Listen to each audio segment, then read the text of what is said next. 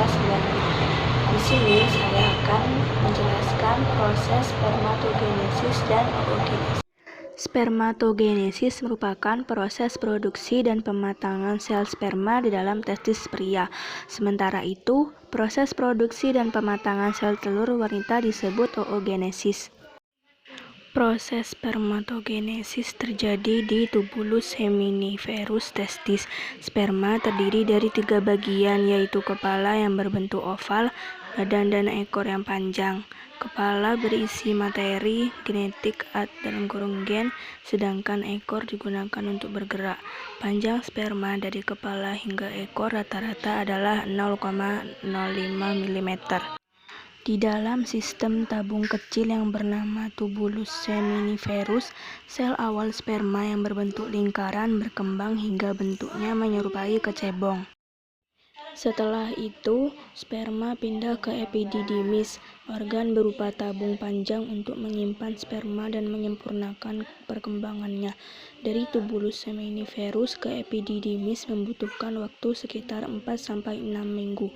Dari epididymis, sperma bergerak lagi ke vas deferens (saluran sperma) untuk bercampur dengan air mani. Ketika ejakulasi, sperma yang dilepaskan oleh pria berjumlah hampir 100 juta. Namun, hanya dibutuhkan 1 sperma untuk membuahi sel telur hingga berkembang menjadi janin di rahim.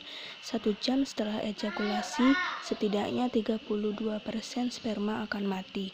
Namun, sperma bisa hidup dan bertahan di dalam tubuh wanita hingga 5 hari. Proses oogenesis terjadi di ovarium. Selama masih di dalam kandungan, ovarium wanita mengandung sekitar 6-7 sel telur.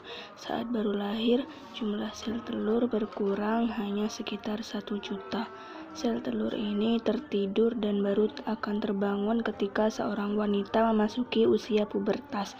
Di masa pubertas inilah oogenesis atau proses pembentukan dan pematangan sel telur terjadi.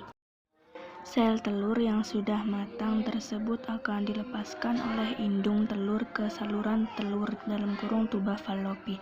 Jika berhasil dibuahi oleh sperma, sel telur akan menetap di tuba falopi dan menempel di dinding rahim. Bila tidak, sel telur akan dikeluarkan dari dalam rahim hingga bersamaan dengan darah dan lapisan dalam rahim.